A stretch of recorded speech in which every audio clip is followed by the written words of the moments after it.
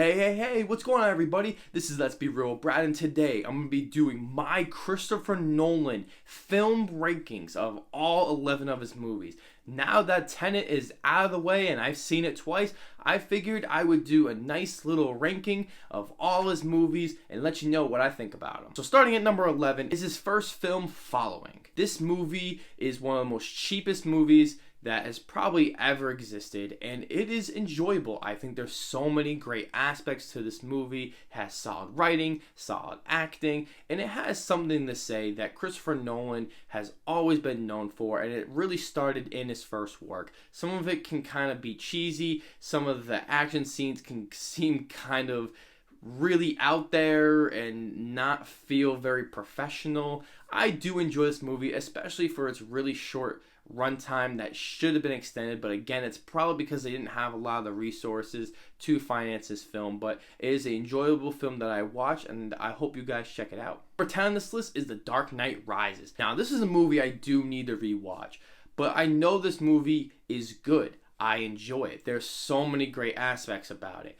And obviously the best ones are Bane. He's awesome. I mean, Tom Hardy is just fantastic. I love all of Batman's arc in this movie. Is definitely something I did not expect going into this movie. I just think there's a lot of subplots and there's a lot of parts of those subplots that don't necessarily work for me, but I also feel the action is really good. I feel the consequences and suspense and tension is really at the top in this movie, and it's definitely one that does always propel me to go back. It is a pretty enjoyable movie, and I can't wait to rewatch it. Number 9 on this list is Insomnia. I really enjoy this movie a lot. I know a lot of people think it's a very underrated thriller. To me, I think it's just pretty good. And I think the reason for that is because it does have pretty good acting, pretty good writing, and it has an interesting story that's always kept me pulled in.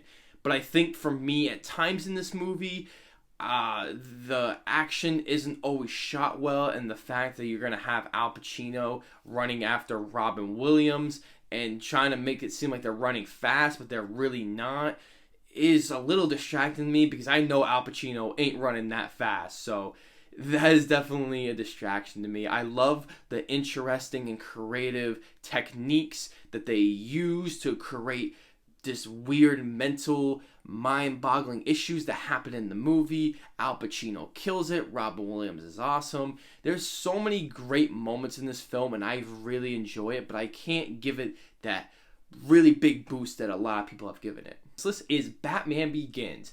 I really enjoy this movie. I rewatched it this year, and I was so thankful I did because Batman Begins is just so good. It is so fast-paced. It really kicked off this Dark Knight trilogy with Christian Bale, and it just works so well. You have this more realism take on the Dark Knight. It has more of a grittier, darker version than we had seen previous to all the other live-action Batman films, and this definitely kicked off this awesome trilogy that we've gotten. I really love Batman in this movie. I love this dark and disgusting world of Gotham, and the movie works so well, and then it leads to, if not one of the greatest comic book movies of all time, The Dark Knight, which we will eventually talk about. So if you have never seen Batman Begins or you've never seen a Batman film, please just start with this one, and I really think you'll be hooked. Number 7 on this list is Interstellar.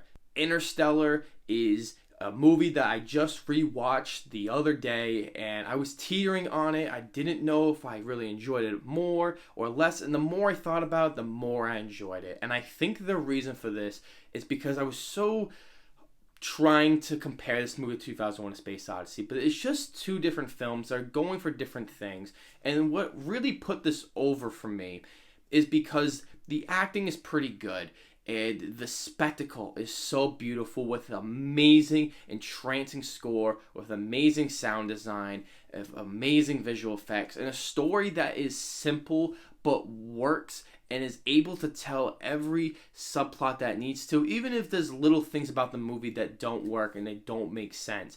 I think the fact that Christopher Nolan worked so hard at making this movie feel smart and feel scientific and bringing on a real life scientist onto this movie because he wanted this movie to feel realistic and not just this over-the-top, ridiculous sci-fi movie, I think is a lot of credit to him, and a lot of the credit goes to how he built this really awesome movie. I really enjoyed this a lot more the second time around, and I can't wait to rewatch this again. 6 on this list is Dunkirk.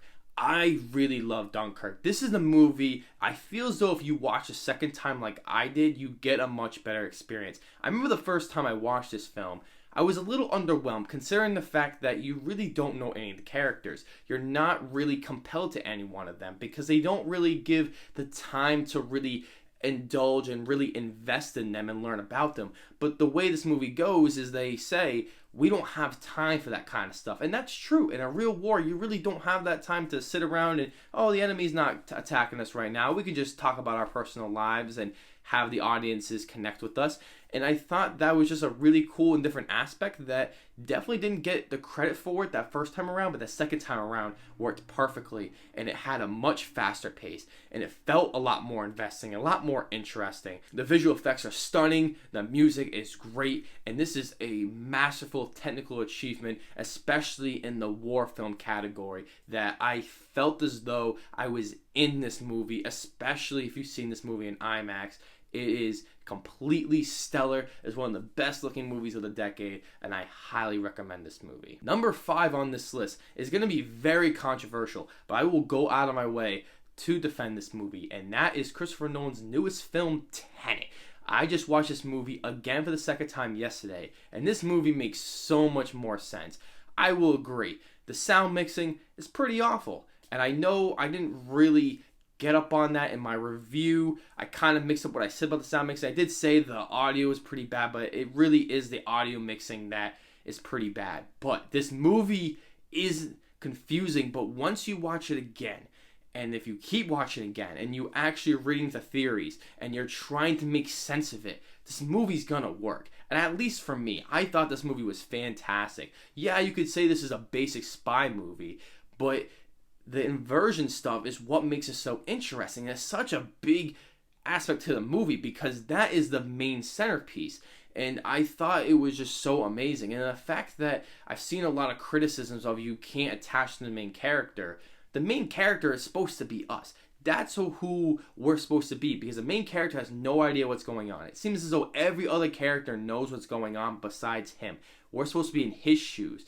And once you read on some of these theories and start thinking for yourself, there's a reason why we don't know anything about him. And I thought it was so smart. I thought it was so genius. And this movie is so beyond creative. And it's such an amazing original film that I think it has to be in the top 5.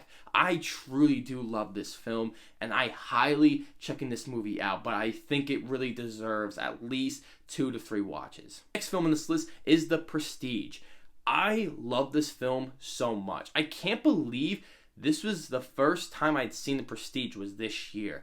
This movie is awesome. The fact that you have these two magicians that just have this competition with each other and sometimes just goes really too far is amazing. I know people have criticized the ending of this movie, but in my opinion, I don't think there actually is this certain aspect I don't really want to get into if necessarily as a spoiler, but I don't think that is actually going on. I think Christopher Nolan is playing us the entire time throughout, and there's so many amazing twists is basically what I'm trying to say. Hugh Jackman, Christian Bale are fantastic. The cinematography is beautiful. The writing is excellent. And it made the whole ideas of magicians, especially during that time, so fascinating. And it actually made me really want to know more about this and see if any other magicians kind of had this competition during that time. And did it really go that far? Obviously, someone was exaggerated, but I thought it was just so entertaining. I could totally watch this movie all over again and find something brand new to love about it. Next one on this list is Inception. Man, I'm so glad I rewatched this movie this year. It is phenomenal. It takes this amazing, really deep construct of an idea that really looks like a baby compared to what Tenet did with time. This movie is just so incredible. The fact that they use so many practical action set pieces and Christopher Nolan's like, yeah, I'm going to shoot on scene. I'm gonna make all these things. We're barely gonna use any CGI. We're gonna make everyone make this real as much as possible is phenomenal. And the fact that even with all those amazing production, sound design, visual effects, all the great technical aspects that Christopher Nolan is known for doing, I think he spent so much time on the writing of this film, taking almost over 10 years to make this movie so perfect and have it be so amazing that you're able to follow it. You're able to understand what's going on. It's so complex and so convoluted that it makes every rewatch so much more enjoyable and something more to get than just a standard blockbuster action fun movie that you normally get. I really do love this film, and if you have not seen the special features, please check it out. You will be mind blown. Number 2 on this list is The Dark Knight. I love this movie. I've seen this movie countless times. What else can I really say about it unless I do a full review? As amazing action, amazing writing, amazing direction. This movie is a masterpiece. It is considered one of the best movies. Is it one of the best movies? I don't know. I'd have to make a list about it, but I do think it's a masterpiece, and it's something I've seen countless times, been parodied so many times. This movie is a staple in cinema culture and really made comic book movies be legit in this industry and actually be a genre that could actually be considered like a very good movie that isn't this silly, funny, goofy blockbuster that this movie genre was considered of getting. Heath Ledger passed away after this movie, and he is phenomenal, giving one of the best performances I've ever seen as the Joker. This movie is so captivating, and every time I watch it, I always feel the same enjoyment the first time I watched it. If you've never seen The Dark Knight, man, you are missing out, so please watch that. Number 1 is here, and I'm going to say is the first time I watched it this year, and it's Memento. Memento is phenomenal. It is so ingenious. It is so original. It is so fascinating, and it messes with your mind so much. This movie requires a ton of rewatches, but it's not as confusing as Tenet, especially in your first watch, but it makes every idea unravel like an onion, like Shrek. And it takes so many different turns and twists left and right. This movie becomes so unpredictable. I had no idea where this movie was going. This movie has perfect directing, perfect writing, perfect acting. And I love the artistic style this movie uses. And I love the way everything is shown and what is revealed and what's not revealed. It is so smart, and it always kept me on edge throughout. I guarantee if I watched this again, I'd probably forget some things that happened, and I'd go back to this whole mystery, trying to figure out all over again, and like, oh wait, yeah, I do remember this movie, and just feel that emotion of those reveals as it went, or just a shock. And it is awesome in the way it is told. This is an ingenious film. It is a masterpiece, and this has to be number 1. I really do think this movie is phenomenal. What are your Christopher Nolan rankings? I know people love Christopher Nolan. He is one of my favorite directors working today, and I can totally understand why, but I want to know, what are your favorites? They're going to be completely different from mine, but I think we can all agree his movies are awesome, and we can all appreciate them the same. But let's just put our lists down below, and let's just compare them and just have a great conversation talking about an amazing director. If you guys like this video, please like, share the video. Please subscribe if you haven't already. It means the world to me that you guys have subscribed, liking my videos. You guys are the best. And as always, I'll see you guys next video.